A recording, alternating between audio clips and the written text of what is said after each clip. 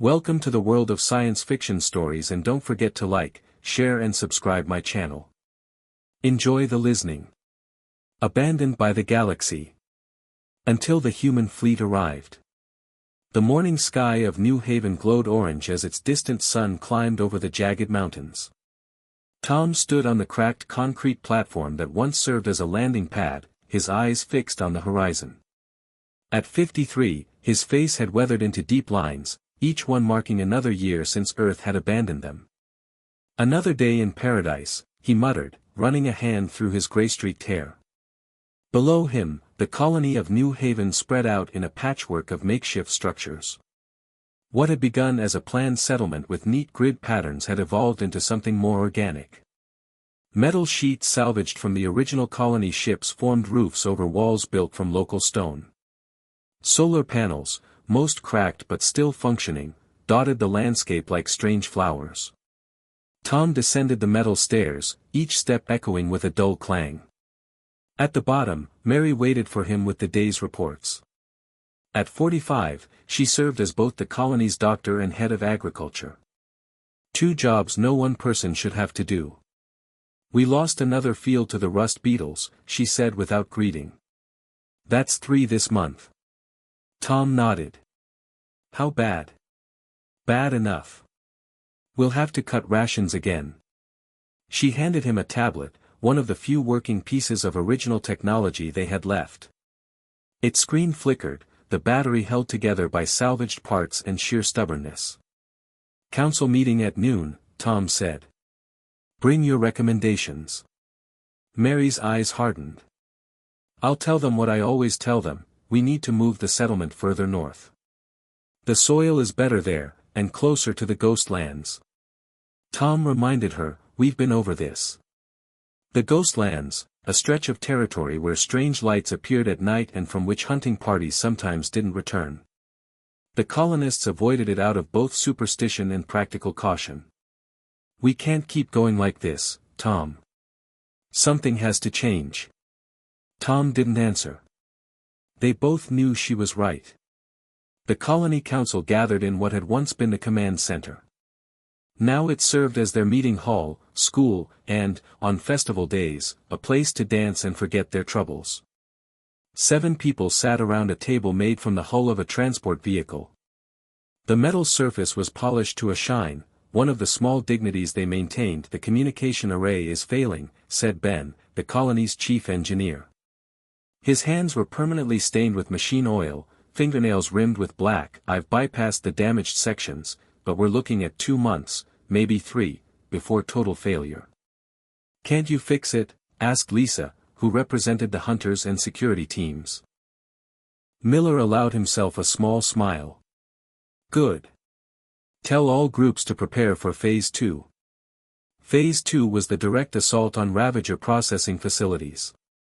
It was risky but necessary. As long as those facilities operated, humans would continue to be harvested. The attack on Grill's Rocky Mountain facility was led by Jackson himself.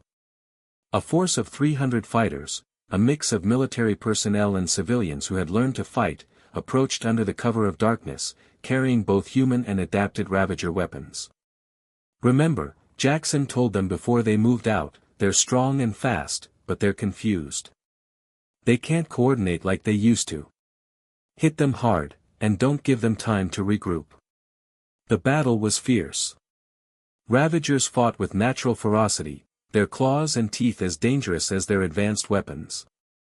But the humans fought with something the Ravagers couldn't understand: desperate courage, the will to protect their world and each other. Lisa's adapted weapons proved effective, tearing through Ravager armor. Dr. Ward's compound, now in its 3rd and most potent version, was deployed throughout the facility, causing chaos in the Ravager ranks. Jackson fought his way to the central command room, where he knew Grill would be. He had a score to settle with the Supreme Hunter. When he finally broke through, he found Grill waiting, holding a weapon that hummed with strange energy. "You," the Ravager growled, "the prey that fights back." Jackson raised his modified Ravager rifle. "I told you we weren't prey." Grill fired an energy beam that narrowly missed Jackson as he dove for cover. The battle between them was brutal, each landing blows that would have killed a lesser opponent. Finally, Jackson got the opening he needed. As Grill prepared to fire again, Jackson threw a grenade containing the latest version of Dr. Ward's compound at the Ravager's feet. It exploded in a cloud of chemicals that engulfed Grill. The effect was immediate. The Supreme Hunter staggered, dropping his weapon as the compound overloaded his sensory system. Jackson didn't hesitate, he fired 3 shots directly into Grill's chest. As the Supreme Hunter fell, Jackson activated his radio. Command Center, leader is down. Similar reports began coming in worldwide. The coordinated attack had worked better than anyone had dared hope. Ravager facilities were falling, their forces in disarray without their chemical communication system. But even as humanity celebrated these victories, the hive mind made its decision. The 3 cycles had not yet passed, but the situation was deteriorating too quickly. Send the Dvorer, the collective consciousness commanded. This world requires special attention. In deep space, a massive ship larger than any that had come before changed course and accelerated toward Earth. Inside was the most terrifying weapon in the Ravager arsenal, a creature bred for millennia to be the perfect destroyer of worlds. What am I looking at? Probably nothing, Ellie admitted. But I swear I picked up something last week, a signal or energy reading that wasn't there before. Dan placed a hand on her shoulder. Ellie, you know there's nothing out there. Not for us anyway. Maybe. But what if there is? She looked up at him, eyes bright with a hope he hadn't seen in a long time. What if someone's coming? Later that night, Tom stood alone in the observatory. The glass dome, once clear, was now clouded with age and dust, but still offered a view of New Haven's star-filled sky. He came here often, especially after difficult days. In his pocket was a small communicator, the personal device he carried from Earth. It had stopped working decades ago, but he kept it as a reminder. We'll send support ships within the year, the Earth Admiral had said. This is just the beginning of humanity's greatest expansion. Then came reports of tensions on Earth, resource wars, and finally, silence. Complete, devastating silence. Mary's voice came from the doorway. Council's waiting for your decision on the array. He didn't turn around. Tell them we keep it running. Full power. That will drain our reserves faster. If winter comes early. I know the risks, he cut her off. But we need to be able to call for help if the sickness gets worse. Mary stepped beside him, looking up through the dome. Do you really think anyone's still out there listening? Tom didn't answer immediately. His eyes traced the constellations they had named themselves, stars unknown to Earth astronomers. I don't know, he finally said, but I'm not ready to give up on humanity just yet. As they stood there, a shooting star blazed across the sky, leaving a trail of fire in its wake. Neither of them knew it wasn't a shooting star at all, but a scout ship, the first human vessel to enter their system in 60 years. The fleet had finally come. Ellie couldn't sleep. The reading she had detected earlier kept playing in her mind. She got up from her cot in the small room she called home and slipped on her boots. The metal floor was cold against her feet as she made her way through the silent corridors of the colony. Most of New Haven was asleep at this hour. The night shift guards nodded to her as she passed, they knew her habits by now, the young technician who worked when others rested. The technology bay was dark when she entered, illuminated only by the blinking lights of various machines. Ellie didn't turn on the main lights, power was too precious to waste, and her eyes were used to working in the dim glow of screens. She sat at her console and powered it up, watching as the old system slowly came to life. Her fingers danced across the keyboard, pulling up the sensor readings from the previous day. Come on, show me I'm not crazy, she whispered to herself. The screen flickered, data streaming across it. Then she saw it again, an energy spike in the outer sensor grid. Something was out there, moving through the system, something that didn't match any natural phenomenon she had studied in the old databases. Ellie's heart raced. She needed to confirm this, but she needed help. Marcus was the oldest engineer in the colony. At 78, he had been one of the original colonists, a junior technician on the first ship. Now his hands shook with age, but his mind remained sharp. He wasn't happy about being woken before dawn. "This better be important, girl," he grumbled as Ellie led him to the technology bay. "It is, Marcus, I promise." Ellie couldn't keep the excitement from her voice. When she showed him the readings, Marcus's irritation vanished. He leaned closer to the screen, adjusting the old glasses perched on his nose. "Have you told anyone else about this?" he asked, his voice suddenly serious. Ellie shook her head. "Just you. I needed someone who would understand what we're looking at." Marcus nodded slowly. "Smart girl. The council would just panic. And for what? A comet we haven't catalogued? But you don't think it is, do you?" Ellie asked. Marcus didn't answer right away. He worked the controls, enhancing the signal, applying filters that Ellie hadn't known existed in the system. "There," he finally said, pointing at the screen, "that pattern, that's not natural." The signal now appeared as a series of pulses, too regular to be random. "Is it a message?" Ellie whispered. "Maybe," Marcus scratched his beard. "But we need more. We need to boost our sensors." Ellie's face fell. "How?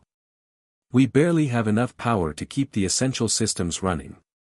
Marcus smiled, a glint in his eye. "Who said anything about using the official power grid?" Tom found them 4 hours later, after the morning alarm had sounded and Ellie hadn't reported for her shift. The scene in the technology bay stopped him in his tracks. Marcus and Ellie had dismantled 3 power units and rigged them to a tangle of wires leading to the sensor array controls. The old man was beneath a console, his legs sticking out as he worked on something, while Ellie monitored readings on 2 screens. "What in the name of Earth is going on here?" Tom demanded. Ellie jumped, but Marcus simply slid out from under the console, wiping his hands on a rag. "About time you showed up," the old engineer said. "We've got something to show you." Tom looked at the makeshift setup, anger building. "You diverted power without authorization." "We used personal power cells," Ellie interrupted. "From our own quarters. We didn't touch the colony grid." Tom paused, then said, "Fine. What was so important you had to do, whatever this is?" Marcus gestured to the main screen. "Show him, Ellie." Ellie typed a command and the screen changed to show a star map of their system. A series of dots moved across it, approaching their planet. "What am I looking at?" Tom asked, his anger fading into confusion. "Ships," Marcus said simply. "At least 7 of them, maybe more." Tom stared at the screen, not fully comprehending. "Ships? That's impossible. No one knows we're here." "Someone does now," Ellie said. "And they're headed straight for us." The news spread through the colony like wildfire. By midday, everyone knew that ships had been detected approaching New Haven. The council chamber was packed with colonists crowding the doorway, straining to hear. "Are they from Earth?" someone shouted. "Could be aliens," another voice suggested, causing a ripple of fear. Tom raised his hands for silence. "We don't know who they are or what they want. The only thing we know for certain is that they'll reach our orbit in approximately 3 days." "What do we do?" Lisa asked, her hand resting on the knife at her belt. "We have no defenses against spaceships." Ben, who had been examining Ellie and Marcus's data, looked up. "We might not have proper defenses, but we're not helpless. We still have the old mining lasers in storage." Mary pointed out, "Those were meant for cutting rock, not fighting battles." "True," Ben trailed off, his mind already working on the problem. Tom nodded. "Get on it, Lisa. I want security teams doubled. Everyone trained in hunting gets a weapon. Paul, take inventory of all supplies. We may need to evacuate to the caves if things go bad. The council broke up, each member rushing to their assigned tasks. Only Tom remained staring at the projected image of the approaching ships. Mary came to stand beside him. You think it's them, don't you? Earth has finally remembered us. I don't know what to think, Tom admitted. It's been 60 years. Why come now? On the edge of the colony, near the old landing pads, Ellie worked with Marcus to set up a more powerful scanning array. They had salvaged parts from old satellites, creating a makeshift dish that now pointed toward the stars. If they're trying to communicate, we'll hear them, Marcus said, connecting the final wire. Ellie nodded, but her mind was elsewhere. What if they're not friendly? She asked quietly. Marcus paused in his work. Then we deal with that when it comes. But, Ellie, consider this, whoever they are, they've crossed the void between stars. If they wanted to destroy us, they wouldn't need to get so close. The scanner hummed to life, its dish beginning a slow rotation. Ellie checked the readings, making sure everything was functioning. Then she heard it, a faint signal growing stronger by the second. Not random noise, but a deliberate transmission. Marcus, she called, her voice shaking. The old engineer hurried over, pressing a headset to his ear. His eyes widened as he listened. What is it? Ellie asked, desperate to know. What are they saying? Marcus removed the headset slowly, his hands trembling not with age but with emotion. It's in English, he whispered. They're hailing the New Haven colony. Who are they? Ellie pressed. Marcus looked up at the sky where the first stars were becoming visible as dusk fell. They call themselves the Restoration Fleet. They've come from Earth. In the distance, the colony alarms began to sound. The colony of New Haven had never been so alert. Every able person stood at their post, eyes turned toward the sky. 2 days had passed since Ellie and Marcus received the transmission from the Restoration Fleet. Now, the moment of truth had arrived. Tom stood on the old landing pad, the same spot where he often came to watch the sunrise. But today, he wasn't looking at the horizon. His gaze was fixed upward, where 7 massive ships hung in the morning sky, visible even in daylight, dark shapes against the pale blue. Beside him stood Lisa with her security team, each armed with whatever weapons the colony could provide, mostly hunting rifles and the few remaining energy pistols from the original mission. They looked small and inadequate in the shadow of the ships above. They've been in orbit for 6 hours, Lisa said, checking her old military watch. Why haven't they done anything? They've done plenty, Tom replied. They've scanned us, monitored our communications. They're assessing us. As if in response to his words, a smaller craft detached from the largest ship. It began a slow descent toward the landing pad. Tom activated his communicator. All posts, stand ready. First contact is imminent. No one fires unless I give the order.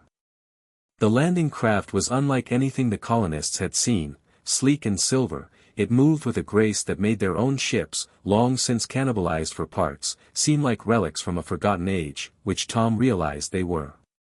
A hush fell over the gathering crowd as the craft touched down, sending up a small cloud of dust. For a moment, nothing happened.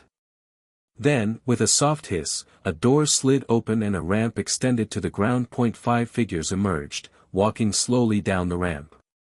They wore dark blue uniforms with insignias the colonists didn't recognize. 4 of them carried weapons, not drawn, but visible at their sides. The 5th, a tall woman with short gray hair, walked ahead of the others empty-handed. She stopped a few paces from Tom and his group. Up close, her uniform showed signs of rank that even the isolated colonists could recognize. A leader, then, Tom thought. I am Admiral Reed of the Earth Fleet Vessel Restoration, she said, her voice clear in the silent air. We come in peace to New Haven Colony. Tom stepped forward. I am Tom Miller, leader of New Haven. We welcome you, though I must admit we had given up hope of seeing anyone from Earth again. Admiral Reed's expression didn't change, but something flickered in her eyes, surprise perhaps, or sadness. "May we speak somewhere more comfortable?" she asked, gesturing to the hot sun overhead. "We have much to discuss." The colony's meeting hall had never hosted such a gathering. The council sat on one side of the table, the visitors on the other. Only Admiral Reed and two others, a man she introduced as Dr. James and a younger woman named Lieutenant Gray, had joined the meeting. The other two remained outside with their ship. 60 years, Marcus said, breaking the awkward silence that had fallen after introductions. "We've been waiting an entire lifetime." Admiral Reed nodded slowly. "The war lasted longer than anyone expected. Earth was devastated. Our space program destroyed. It's taken us decades to rebuild, to develop the technology to reach this far again. But you knew we were here." Mary looked surprised. "How did you know that?" "Your communications," Lieutenant Gray explained. "We intercepted them days ago. Your descriptions of the symptoms were quite clear." Mary glanced at Tom, who nodded for her to continue. She described the blue-tinged rash, the fever, the breathing difficulties that characterized the sickness. Dr. James listened intently, occasionally making notes on a small device. When Mary finished, he looked troubled. "This isn't natural," Dr. James finally said, reviewing his findings. "This disease was engineered." The words hit Mary like a physical blow. "Engineered? By whom? We haven't had contact with anyone in 60 years. Dr. James glanced at Admiral Reed, who had been standing silently by the door. She gave a small nod. "That's not entirely true." James said quietly, "You haven't been alone out here." Back in the meeting hall, the council listened in stunned silence as Admiral Reed explained what Earth had discovered. "We call them the Void Collective," she said. "A group of alien species united by one belief, that humanity is too dangerous to be allowed to spread among the stars."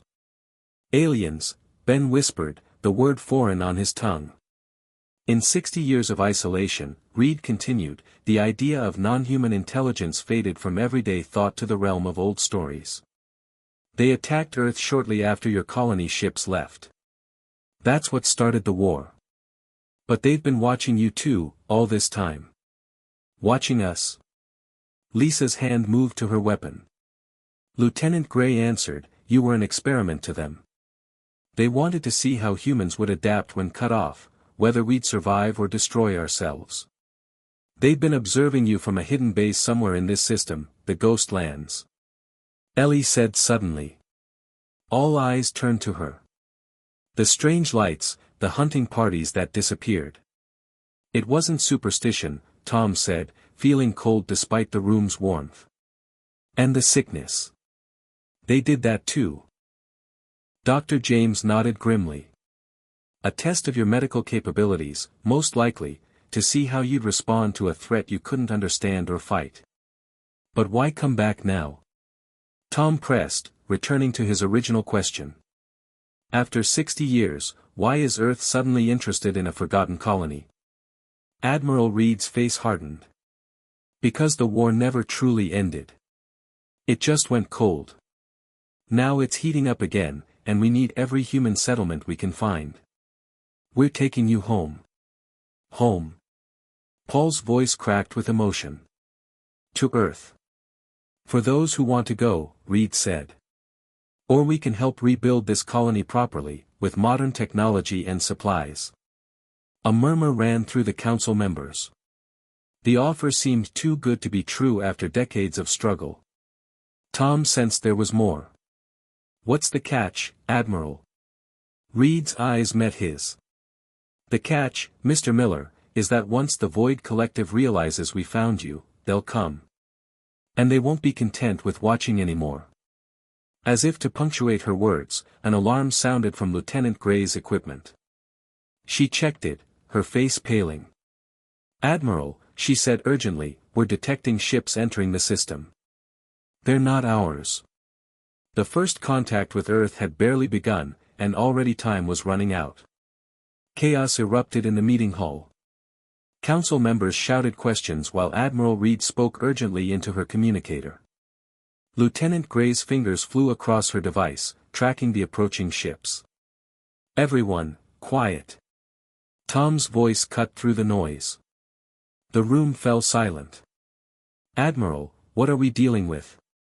Reed's face was grim. 3 Void collective vessels approaching fast. They must have detected our fleet. She turned to Lieutenant Gray. "How long?" 2 hours, maybe less, the young officer replied. "They're using their faster drives." Tom looked around at his people, farmers, engineers, and hunters who had never faced anything like this. "What can we do?" "We need to evacuate as many people as possible," Reed said. "My shuttle can take 30. I'll call down more." "And the rest of us?" Lisa asked. Reed hesitated. "The Restoration has weapons that can target their ships from orbit, but if they land troops. Ground combat against an alien force was not something the colonists were prepared for." "We'll fight," Lisa said firmly. "This is our home." Tom nodded. "Lisa's right. We can't all leave, and we won't abandon our home. But children and the sick should go first." "Agreed," Reed said. "Gray, contact the fleet. Tell them to begin evacuation procedures and move to defensive positions." As Gray relayed the orders, Dr. James approached Mary. "We need to move your patients immediately. I have treatments on my ship that might help them." Mary nodded, already making mental lists of what they would need. Tom turned to Ben. "Those mining lasers you mentioned, how quickly can they be set up?" Ben scratched his beard. "With enough hands, a few hours. But Tom, they're not weapons. They won't do much against real ships." "They don't need to destroy ships," Tom said. "They just need to give us a fighting chance if those things land." The colony became a flurry of activity. Evacuation zones were established, with the most vulnerable colonists directed to the landing pads where Earth shuttles would arrive. Meanwhile, teams led by Ben worked to mount the old mining lasers on buildings and walls around the colony's perimeter. Ellie found herself working with Marcus in the technology bay, repurposing old communication equipment. "What exactly are we trying to do?" she asked, connecting wires as Marcus directed. "Their ships use advanced cloaking technology," Marcus explained without looking up from his work. "The fleet detected them because they have advanced sensors. But if these aliens land and use personal cloaking devices, we'll be fighting blind. This will help us see them." Ellie gestured to the device they were building. "How?" Marcus smiled. "It might disrupt their cloaking fields. The Admiral provided the frequency patterns they use." A loud boom shook the building. Dust fell from the ceiling. "They're here," Marcus said quietly. From the observatory, Tom watched the battle unfold in the sky above. The human fleet had formed a protective barrier around the planet, their ships firing weapons that struck like lightning. The Void collective vessels, dark, angular shapes that seemed to absorb light rather than reflect it, weaved between the human ships, returning fire. "Impressive, isn't it?" Admiral Reed said, joining him at the window. She had returned to her flagship briefly but had come back down to coordinate the ground defense. "I never imagined I would see space battles outside of the old movies," Tom admitted. Reed's communicator beeped. Her face hardened as she listened. "What is it?" Tom asked. "They've deployed landing craft," Reed said. "Small ones, hard to track. At least 3, maybe more. They'll be here within minutes." Tom activated his communicator. "All defense teams to positions. This is not a drill. I repeat, this is not a drill." Lisa and her hunters took positions behind makeshift barriers at the colony's main entrance. Most had never fired their weapons at anything more dangerous than the 6-legged deer that roamed the forests. Now they waited for an enemy they couldn't even imagine. "Remember," Lisa called out, short, controlled bursts. "Don't waste ammunition. A sound like tearing metal filled the air. Looking up, the defenders saw a dark shape descending through the clouds, trailing smoke. "Is it one of ours?" someone asked. Lisa shook her head. "Fleet ships are silver. That's one of theirs." The alien craft crashed just beyond the colony's perimeter, disappearing into the dense forest. For a moment, all was quiet. Then came sounds of movement from the trees, not the familiar noises of forest animals, but something deliberate and coordinated. "They're coming," Lisa whispered, raising her rifle. The first of the Void Collective emerged from the forest edge. They were tall, their bodies seeming to shift between solid and vapor. Their armor was black, absorbing light and making them difficult to focus on. Where faces should be were smooth, reflective masks. One of the hunters fired in panic. The shot went wide, hitting a tree. The response was immediate. The aliens raised weapons that hummed with energy, and the ground before the barricade erupted in dirt and flame. "Hold steady," Lisa shouted over the noise. "Wait for clear shots." The battle had begun. On the other side of the colony, Ellie and Marcus rushed to complete their device. The sounds of fighting grew louder, energy weapons discharging, the deeper boom of the mining lasers firing, and occasionally human screams. "It's ready," Marcus finally said, connecting the last component. The device, a jumble of salvaged parts and new technology provided by the Earth fleet, hummed to life. "How do we know if it works?" Ellie asked. "We don't," Marcus admitted. "Not until we try it." He pressed the activation sequence. The device emitted a high-pitched whine that made Ellie's teeth ache. For a moment, nothing seemed to happen. Then her communicator crackled. "This is Lisa. Something's happening there, they're visible. The shifting effect is gone." Ellie and Marcus exchanged triumphant looks. "It worked!" Ellie cried. Their celebration was cut short as the door to the technology bay burst open. One of the aliens stood there, its mask reflecting their shocked faces. The cloaking effect was gone, revealing a body covered in segmented armor with limbs that bent at odd angles. Marcus pushed Ellie behind him as the alien raised its weapon. A shot rang out. The alien staggered, then fell. Behind it stood Admiral Reed, a smoking pistol in her hand. "The disruptor is working," she said. "But we need more. Can you build another?" Marcus nodded. "With help?" "Yes." "Good," Reed said, "because we just got word, they found it." "Found what?" Ellie asked. "The observation post," Reed explained. "The place they've been watching you from. It's in the area you call the Ghostlands. And it's much larger than we thought. This wasn't just surveillance, they've been building something here, right under your noses." "Building what?" Marcus asked. Reed's expression was grim. "We don't know yet, but whatever it is, they're willing to fight very hard to protect it." Outside, the battle raged on, human and alien fighting for control of a world that neither truly owned. And somewhere in the Ghostlands, a secret waited to be discovered, one that might change the course of the war. Dawn broke over New Haven, revealing the scars of battle. Buildings smoldered, barriers lay in ruins, and the once neat streets were littered with debris. But the colony still stood. Tom surveyed the damage from the roof of the council building. The night had been the longest of his life. Wave after wave of alien attackers had come, only to be repelled by the combined forces of the colonists and the Earth fleet soldiers. The mining lasers, though not designed for combat, had proven surprisingly effective once the aliens' cloaking technology was disrupted. "They've pulled back for now," Admiral Reed said, joining him. Her uniform was torn and dirty, a bandage wrapped around her arm where an alien weapon had grazed her. "But they'll regroup." "How many did we lose?" Tom asked quietly. 6 of my people. 9 colonists." Reed's voice was steady, but Tom could hear the weight of responsibility in it.